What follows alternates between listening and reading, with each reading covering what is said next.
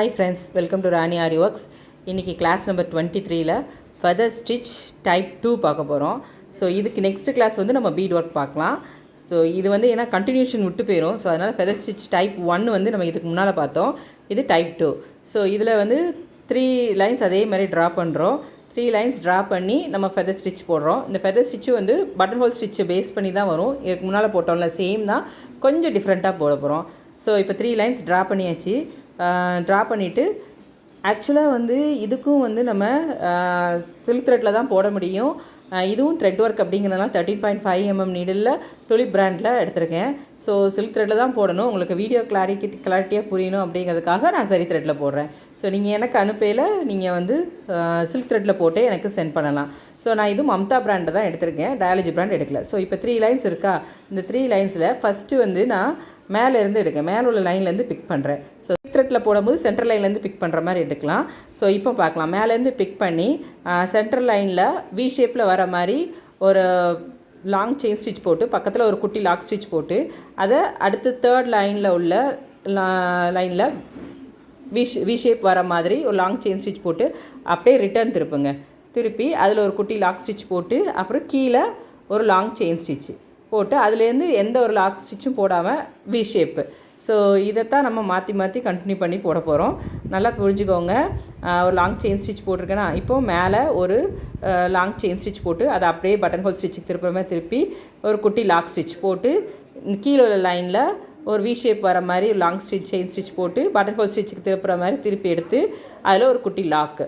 So next ஸ்டிச்சுக்கு ஒரு long chain stitch போட்டாச்சு. போட்டு அதுக்கப்புறம் அதிலேருந்து பக்கத்தில் எந்த ஒரு லாக் ஸ்டிச்சும் போடாமல் வி ஷேப்புக்கு ஒரு லாங் செயின் போட்டு பட்டன் ஹோல் ஸ்டிச் திருப்புற மாதிரி கீழே இழுத்து ஒரு குட்டி லாக் ஸ்டிச்சு. ஸோ இதைத்தான் நம்ம ஃபுல்லாக கண்டினியூ பண்ண போகிறோம்.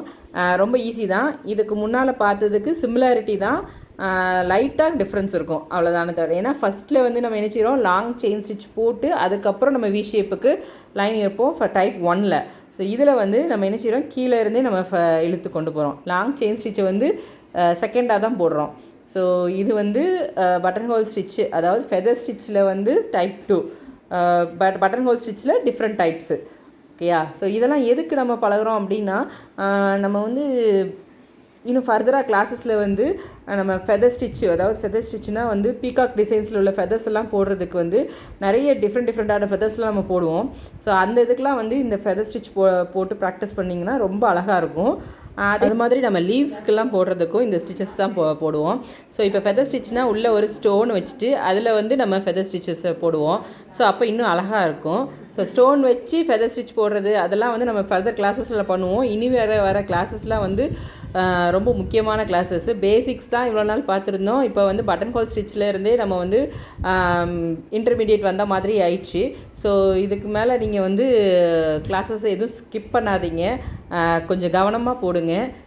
ஸோ கிளாஸஸ் வந்து என் கூடவே நீங்கள் கரெக்டாக கண்டினியூ பண்ணி வந்தீங்கன்னா கண்டிப்பாக ஆரி வந்து ரொம்ப ஈஸியாக பழகிடலாம். ஸோ இந்த கிளாஸஸை வந்து கரெக்டாக ஃபாலோ பண்ணி எனக்கு உங்கள் ஒர்க்கை வந்து கண்டிப்பாக மெயிலில் சென்ட் பண்ணுங்கள். ஸோ நான் என்ன ஒரு கரெக்ஷன்ஸ் இருந்தாலும் நான் உங்களுக்கு உடனே ரிப்ளை பண்ணுறேன். கமெண்ட் செக்ஷன்லேயும் நீங்கள் எனக்கு கேட்கலாம். நீங்கள் எந்த ஸ்டிச்சஸும் உங்களுக்கு புரியல அப்படின்னா நீங்கள் கண்டிப்பாக எனக்கு கேளுங்க, நான் உங்களுக்கு திருப்பி வேணாலும் வீடியோ போடுறேன். ஸோ ஒயிட் ஸ்டிச் வந்து சில பேர்த்துக்கு வரலன்னு சொல்லிட்டு எனக்கு நீங்கள் சொல்லியிருந்தீங்க. ஸோ அதுக்கு நான் ஒரு ஷார்ட்டாக எடுத்து போட்டிருக்கேன். உங்களுக்கு அது புரியுதுன்னு நினைக்கிறேன். உங்களுக்கு புரியல அப்படின்னா இன்னும் கிளாரிட்டியாக வேணும்னா கேளுங்க, நான் சொல்கிறேன். அந்த ஒயிட் ஸ்டிச் எப்படி போடணுங்கிறத, அதாவது ஒயிட் ஸ்டிச் போடையில் நீங்கள் மேலேருந்து கீழே இழுக்கக்கூடாது. கீழே இழுக்காமல் மேலேயே இழுத்து அதை அப்படியே ரொட்டேட் பண்ணி நீங்கள் அடுத்த ஒயிட் ஸ்டிச் போட்டிங்க அப்படின்னா கரெக்டாக இருக்கும். ஒயிட் ஸ்டிச் வந்து அந்த இதில் எந்த லாக் ஸ்டிச்சும் இல்லாமல் கரெக்டாக ஃபிக்ஸ் ஆகி நிற்கும். ஸோ ஒயிட் ஸ்டிச்சு கிளாரிட்டியாக புரிஞ்சிருந்துச்சுன்னா எனக்கு நீங்கள் கண்டிப்பாக சொல்லுங்கள். இல்லைனாலும் எனக்கு சொல்லுங்கள், புரியலைனாலும் நான் உங்களுக்கு இன்னொரு தடவை வேணாலும் நான் வீடியோ போடுறேன். ஸோ இப்போ நம்ம இந்த ஸ்டிச்சஸை முடித்து கம்ப்ளீட் பண்ணி எண்டில் வந்து எண்ணாட் போட்டு கம்ப்ளீட் பண்ணுறோம். ஸோ நான் எல்லா வீடியோலையும் சொல்கிறது தான், எண்ணாட் வந்து ரொம்ப முக்கியம். ஸோ ஒவ்வொரு வீடியோலையும் எண்டு நாட் வந்து எப்படி போடணுங்கிறத நான் ஸ்லோ பண்ணி காமிக்க தான் செய்கிறேன். ஸோ எண்ணாட் போடுறது ரொம்ப முக்கியம். போத் சில்க் த்ரெட், சரி த்ரெட், சீவிங் த்ரெட் எதுக்கு சொல்கிறேன் அப்படின்னா, பீட் ஒர்க்கு ஃபுல்லாக நம்ம சீவிங் த்ரெட் தான் யூஸ் பண்ணுவோம். ஸோ ஒரு பிராண்டட் சீவிங் த்ரெட்டே வாங்கிக்கோங்க. நல்லா வந்து போகாமல் வர்தமான் பிராண்ட் நல்லாயிருக்கும். ஸோ அந்த பிராண்டில் நீங்கள் வாங்கிக்கோங்க, அது நல்லாயிருக்கும். ஸோ நெக்ஸ்ட்டு வந்து நம்ம என்ன ஸ்டிச் போகிறோன்னா, இதில் சில்க் த்ரெட்டில் போட போகிறோம். நான் பிங்க் கலர் நூல் எடுத்திருக்கேன். இந்த நூலில் வந்து நம்ம சில்க் த்ரெட்டில் இந்த ஃபெதர் ஸ்டிச் டைப் 2 போட போகிறோம். ஸோ இதுக்கும் அதே மாதிரி 3 லைன் ட்ரா பண்ணியாச்சு. ட்ரா பண்ணி சேம் தான் அதே பேட்டர்னை அப்படியே ரெப்ளிக்கா பண்ண போகிறோம். ஸோ இதில் வந்து நான் என்ன செஞ்சுருக்கேன்னா சென்டர் லைன்லேருந்து நூலை பிக் பண்ணி எடுத்து மேலே ஃபஸ்ட் லைனில் இருந்து வி ஷேப்பில் லாங் செயின் ஸ்டிச் போட்டு அதை பட்டன் ஹோல் ஸ்டிச் மாதிரி ரிட்டர்ன் திருப்பி ஒரு குட்டி லாக் ஸ்டிச் போட்டு அதை அப்படியே கீழே உள்ள லைனில் ஒரு வி ஷேப்பில் லாங் செயின் ஸ்டிச் போட்டு அதை அப்படியே ரிட்டர்ன் திருப்புறோம். பேக்வர்டில் திருப்பி அங்கே ஒரு குட்டி லாக் ஸ்டிச்சு. ஸோ இதுதான் வந்து ஃபெதர் ஸ்டிச் டைப் 2. ஸோ கிளாரிட்டியாக புரியும் நினைக்கிறேன். நெக்ஸ்ட்டு ஸ்டிச்சுக்கு ஒரு லாங் செயின் ஸ்டிச் போட்டு அதே மாதிரி அங்கே எந்த ஒரு குட்டி லாக் ஸ்டிச்சும் போடாமல் மேலே உள்ள லைனில் ஒரு லாங் செயின் ஸ்டிச் போட்டு பட்டன் ஹோல் ஸ்டிச் மாதிரி ரிட்டர்ன் திருப்பி அதில் ஒரு குட்டி லாக் ஸ்டிச் போட்டு இங்கே கீழே உள்ள லைனில் ஒரு லாங் செயின் ஸ்டிச் போட்டு அதை ரிட்டர்ன் திருப்பி பட்டன் ஹோல் ஸ்டிச் மாதிரி பேக்கில் திருப்பி ஒரு குட்டி லாக் ஸ்டிச்சு. ஸோ அடுத்து ஒரு லாங் செயின் ஸ்டிச். இந்த லாங் செயின் ஸ்டிச் வந்து எதுக்கு போடுறோன்னா ஒரு கிளாரிட்டி உங்களுக்கு ஒரு மேலே உள்ள ஒரு ஃப்ளை ஸ்டிச் அதாவது ஃபெதர் ஸ்டிச்சுக்கும் அடுத்த ஃபெதர் ஸ்டிச்சுக்கும் உள்ள டிஸ்டன்ஸை வந்து நம்ம கால்குலேட் பண்ணுறதுக்கு தான் ஒரு லாங் செயின் ஸ்டிச் கொடுத்துருக்கு.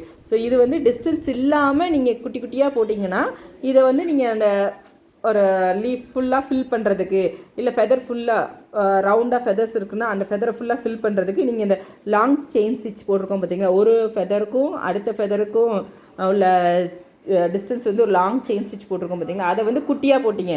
குட்டி லாக் ஸ்டிச்சு கிட்டக்கே இன்னொன்று குட்டி லாக் ஸ்டிச் போட்டுட்டு நீங்கள் அதை நெருக்கமாக போட்டிங்கன்னா அதுதான் வந்து உங்களுக்கு ஒரு ஃபெதர் ஸ்டிச்சு அல்லது ஒரு லீஃபை வந்து ஃபில்லிங் ஸ்டிச் அப்படின்னு சொல்லலாம் பார்த்துக்கோங்களேன்.